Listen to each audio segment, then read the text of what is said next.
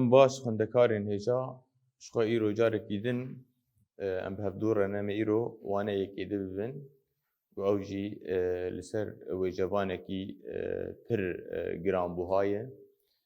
Wêjevanek bi nav û dengê em ê li ser nalî şarezûrî biaxivin. Ji xwe nalî şarezûrî kevintirîn an jî pêşengê wêjeya soran wek Zaravayê Soranî tên naskirin. Helbest bi Zaravayê Soranî nivîsandine. Nalî şarezûrî wêjevanekî di dema xwe de pir berhem nivîsandine. Lê sedema şerên got Kurdistanê diçêdibûn, sedema şerên dagîrkeriyê ji we helbestan yanî tiştek gelekî kêm di nav destên me dimane. Ka em ê bi hevdûre li nalî şerezûrî guhdar û temaşe bikin gelo nalî şerezûrî kî ye, çawa ji dayîk bûye û li ku derê jiyana xwe ji dest daye, li kwî de geriyaye. Ji xwe navê ye rast Melle Xidir e. Ew ji kurê Ehmedê Şawûsê Mîkaîl e.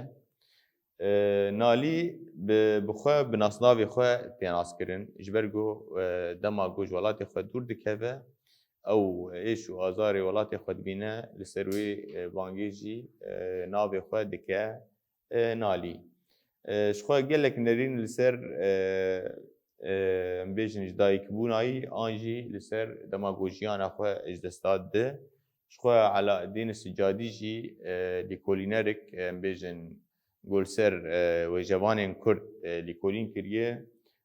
Elâeddîn Sicadî jî vî wêjevanî sala hezar û heft û nod û heftan de dibêjî gol şarezûrê li gundê Qeredaxê ji dayîk bûye. Dibêjî xwendina xwe yê seretayî li Slêmaniyê li cem Melle Ebdalê Reşdest xwendina xwe li wir kiriye. Piştî wêna jî diçe xaniqa Mewlana Xalid. Ji xwe Mewlana Xalid di wê serdemê de mamostak pir bi nav û deng bû. Mamostak em bêjin mamostêyan bû. Yanî her kesê wê herêmê li cem Mewlana Xalid dixwend. Ji xwe pişt re diçe Şamê. Li Şamê jî gelek Kurdan li wir dibîne û wa Kurdarê danûstandinê dike. Em bêjin Mewlana piştî ku ji cem Mewlana Xalid dire ji xwe dire Şamê têkiliyê bi mezinê Kurda li wê derê hene wa re dikeve danûstandinê de. Ji xwe du sala em bêjin li Şamê dimîne piştî wê vedigere em bêjin an jî li Şamê bêriya welatê xwe dike an jî cihê golê ji dayîk bûye ku ew jî bajarê Slêmaniyê ye. û ji xwe helbestekê jî an jî gelek helbestan li ser dinivîsîne. Piştî wêna jî diçe Stenbolê û li Stenbolê jî gelek mezinên Kurda naz dike û em bêjin buwar dikeve nîqaşekê berfireh de. Dibe nasê Ehmedê Paşayê Babanê. Ji xwe êla Babanê wek dibêjin ew jî wek mîrektiyekê an jî îmaretekê Kurdan dihat pejirandin û ev mîrektiya hanê di nav Kurdistanê de gelekî rolek giring lîstiye. Ji xwe helbestên em bêjin ê nalî şarezûrî helbestek jî nivîsandî dema ku ji welatê xwe dûr dikeve du wê helbestê de dibêje ta felek dewran nade ser kewkeba. Ji xwe di vir de qala êrîşên ku bi ser şehrezûrê jî dihatine. Ji xwe di wê serdemê de çi çêdibe? Gelek êrîş ji aliyê Osmaniya ve an jî ji aliyê dagîrkeran ve bi ser herêma şehrezûrê tê û nalî şehrezûrî jî li ser wê bûyerê jî dibêje şahidî yanî dibîne. Ji ber wê jî li ser wê helbest li ser welatê xwe an jî herêma xwe jî helbest gelek nivîsandine. Em bêjin wêjenasên Kurd Elâeddîn Secadî jî û gewî Mukriyanî jî û Marûfê Xeznedar û hin wekî din jî nalî wek pêşengê wêjeya kevnar dibînin. Yanî dibêjin ew پیشنگی ویژه یا کفناره چه قیسی کو بیجن وجوانین می کلاسیک جواک جه کفنتر هنه لی اگر ام بینن نالی شارزوری رولک دگوهرینا ویژه ده رولک باش لیستیه جالیه هزره ده جالیه هشمندیه ده رولک باش لیستیه شخوا نالی وکه گلک وجوانین ده دما خوده هلبستین اوینداری و لسر خوشگبونا ولات خواه هلبست جینی بساندنه هر چقاس ده هلبست ویجی ده نابه حبیبه وک اویندار کو کار آنی یعنی ده هلبست خوده ده گلک هلبست جید شخوا اب نافتی دیتن حبیبت دیب کار آنی امکارن لگوری واته اویجی ام بنرخینن گلو نابه اوینداراوی حبیبه آنجی وک حبیبا گود عربی ده تیب کار آنین گو وک حشکرینه آن اوینداریه که تیناس کرن امکارن لوجیشی رو بکن هلبستین نالی بپرانی هلبستین تیکلن آنجی هلبستین دلداری هنه ولات پاریزی هنه وجبر ایشا دلداری ولات پاریزی جی گلک هلبست نویساندنه بیجن لگوری گو علا الدین سجادی جی بیجه گلک ناکوکی جی لسر کوچ آوینی داوی هنه شخوامی آنا لسر ویجب آخبن شخوات دبیجید سال 1855 ده جیانا خوش دست دایه دیوانی کلی هلبستا هیه و لشونا خوشتیه او دیوانا هلبستا گو زراوای سورانیه لی مخابن گلک هلبستین ویجی این هیجا و بنر يعني هنك جوا جهان دستيمه لی پرانیه وانا وندابونه وکی دیجی درباره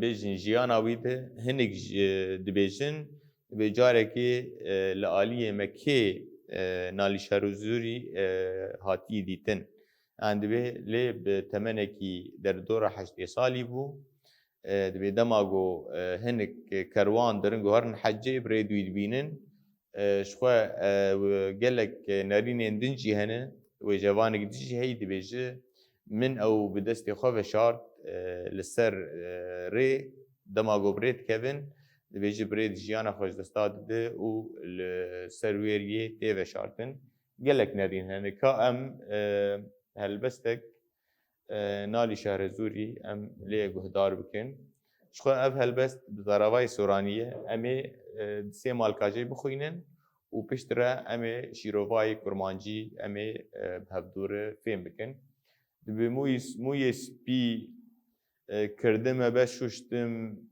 آبی عینی شور و شد عینی کتی دا اوخ و قلب و ببت هلگرا وکا مومی کافوری بوش دامو با مومم وکی دیجی دبیواس یاروبو با خوینم نقطة خط بخط ام مكارن هرن لشيروفاوي جي زاراواي كورمانجي جبرگو اوايا وگو ام دبينن بزاراواي سورانيا كيفن هاتيه نيفساندن شخوا وك زاراواي كورمانجي جي ام كارن وك شيروفاي بكن شخوا دواتيا ويجي چتي گوتن gerek em bala xwe bidnêdê di bêrûndikên çavên min diherikin û li ser mûyên reş ên rûyê min hemû weke qelayên reş got ketibin nava liv û tevgerê û bibin qazeke spî mûyên min ê reş wekî şevreşê bûn di vir de çi diyarkirin mezimbûna xwe xityarbûna xwe dema got temenê xwe bêjin gîhayê nêzî 8 salî de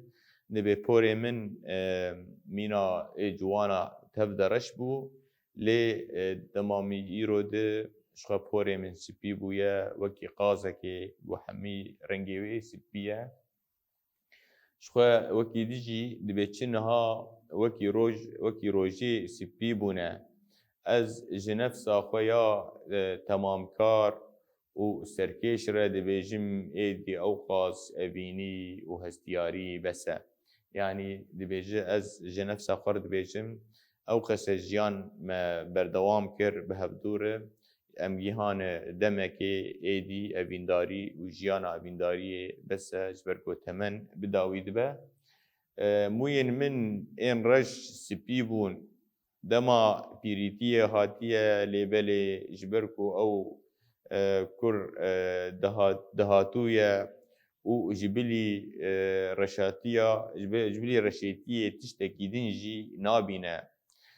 Di bersivê de dibêje newsanîne mûyên spî reş bûne û xwîna çavê min li cihê rondikan li ser çavê min de rijiyaye. Bêje çavê min ji ber êş û jana rijîna vê xwînê dîtina xwe ji dest daye, ji ber wê reşahiya çavê min nikare tiştekî din bibîne, a got çavê min bi giştî ronahiya xwe ji dest dane û ez kor bûme. Ji xwe di vê malikê jî de rengê em bêjin şîndariyê gogiyayê temenekî hêdî çavî jî nema dibînin. Di vir de çi dixwaz bide diyarkirin. Ji xwe dema ku mirov temenê xwe mezin dibe, hêdî çavî na nerîn kêm dibin, hêdî hêza wî na kêm dibe dişke, ji ber vê jî gilî û gazinê xwe jî bi xwe dike. Dibêje ew porê minî reş spî bû, ew çavê minî goberê çi qeysî min pê dîdî êdî nema karin nerînê hilgirin. Yani bi vê rêvazî dawiya jiyana xwe jî şîrove dike. Her wiha dema di payîzê de rengê pelên daran zer û sor dibin. Bayê pîrêtiyê ji rengê rûyê min bi rondikan ji xwînê zer û sor kiriye. Weke kurekê Yemenî ji xwe di vir de qala çi dike? Qala Şêxê Sen'anê dike. Dibêje dema got Şêxê Sen'anê evîndarê wê keçika Ermenî bû. Dibêje rewşa min jî wek rewşa Şêxê Sen'anî ye. Li vir de wek kurê Yemenî jî dayê diyarkirin. Lê wate yek e. Rengê min zer û sor bûye. Herçend ku di rastiyê de spî ye, lêbelê bi pelên zer reş û xwînê hatiye poşandin. Girtin mûyên min ên spî jî ji ku weke kafûrê bûn, ciwanî û xweşkilî xetxetî kiriye. Ger zer bi paşdariya rûreşiyê ve hebe, dibe sedema ciwanî û hêjayî. Ger mûyên rûyê mirov maç û birinc bin, ji xwe di vir de çi dixwazin bide diyarkirin nalî? Dibêje ku rûyê mirov maş û birinc be. Ji xwe maş ew cureyek fasoliya ye û birinc jî ji xwe birinc e. Divê ger rûyên mirov maş û birinc bin, durengiya pîrîtiyê radigihîne. Yani divê ger rûyê mirov alîk fasolî bin, an jî alîk birinc bin wilo spî be, lê guherînê ew guherîna gozû çê dibe, pîrîtiyê radihîne yani diyar dike. Nîşan dide ji ber ku bi giştî dibe awêneya rûpakiya maş û birincê. Wekî dî jî dibêje nîşan û awêneyan ronahiyê ye. Yani di vir de çi dixwaz diyar bike, ew rengê birincê û rengê fasoliya jî ji xwe diyar dike ew rengê spî. Bo çawa rûyê wî na her aliyek ronî dida spî bûye, îro rengê reş jî dide diyarkirin. Ji xwe li vê de xwendekarên hêja wateyên peyva jî hene. Ji xwe peyva maş di helbestê de hatibû diyarkirin. Maş ew jî cûreya fasoliyan e. Ji xwe bi gelek renga tê gotin, hinek dibêjin lopî ew lobya, an jî cûreyek fasoliyan e lê li bayê hûrtir e. Yani li bayê ji li ba fasoliya hûrtir e. kam pirsê nirxandinê jî binerin. Ji xwe pirsa yekê dibe narî şarezûrî çima li gelek welatan geriya ye û sedem çi bû şîrove bike. Ji xwe di destpêka waneyê de me got yek jê sedema xwendinê bû goh zanistê digeriya. Adî jî sedemên dagîrkeriyê bû ku welatîna hatibû dagîrkirin ji aliyê Osmaniya de an jî ji aliyên dagîrkeran ve. Wekî dî jî pirsa di dwa dibe helbestên nalî bi çi zarabiyê hatine nivîsandin. Ji xwe me got nalê şarezûrî wek pêşengê wêjeya soranî jî tê dîtin. Ji ber wê jî helbestê wîna hemû bi zarabayê soranî hatine nivîsandin û berhemên wî giş bi soranî hatine nivîsandin. Pirsa siya jî dibe mijara helbesta li jor li ser çi hatiye nivîsandin binirxîne. Ji xwe dibe helbestê de gilî û gazinê xwe dike got temenîna mezin bûye, helbestek şîndarî ye. Di wê helbestê de behsa dûrketina xwe ji welatê xwe dike, behsa penaberiya xwe dike got çawa ji welatekî der û welatekî, behsa guhêzayî nemayê çavîna nema dibînin, got bêriya evîndara xwe jî kiriye. Yani bi her cûreyî em bêjin di helbesta xwe de rewş vekiriye. Eger ji aliyê koçberiyê de bi, heger ji aliyê welatê xwe de bi, heger ji aliyê evîndariya xwe de bi û heger jî ji aliyê temen got çawa temenîna bi dawî dibe û gihayî temenekî ku hêzayî nemaye, got xiryar bûye an jî pîr bûye, di vir de ji xwe em digihên dawiya vê waneya hanê got em li ser nalê şarezûrî axivîn ku ew jî stêrek di asîmanê wêjeya Kurdî de diçerisîne û nalê şarezûrî rolek baş di wêjeyê de lîstiye. Lê hîna jî wek got dibêjî gerek bêtir em ser lîkolîn bikin, bêtir em berhemîna nas bikin. Ji xwe hinek agahiyên wêjeyî hene, em ê li ser wa jî biaxivin. Agahiyên wêjeyî cûreyên helbestê ên li gorî saz û maniya rêzbendê. Helbesta rast, ji xwe helbesta rast rêzbenda hemû rêzikên malikên helbestê wek hebin. Yani hemû rêzikên wîna wek hebin. Lêberê ger di malikê de rêzika dubare hebe, rêzbenda wê rêzikê cuda dibe. Ka em ê li mînakê binerin, gelo di vê mînakê de çi hatiye? Ji xwe di vir de li gorî tîpa jî bala xwedinê de a, a, b, b, b, c, c, c û her wekî de dubare dibe. Ji xwe li vir jî a û tîpa dawî b nûva cuda dibe.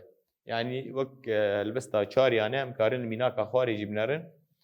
Mînaka xwarê ji xwe heger em li van tîra binerin, ji xwe hemû jî tîpa a li berdanîne. An jî mukerrem, mufexxem, mureccem, muezzem. Heger em li va peyva binerin yek in.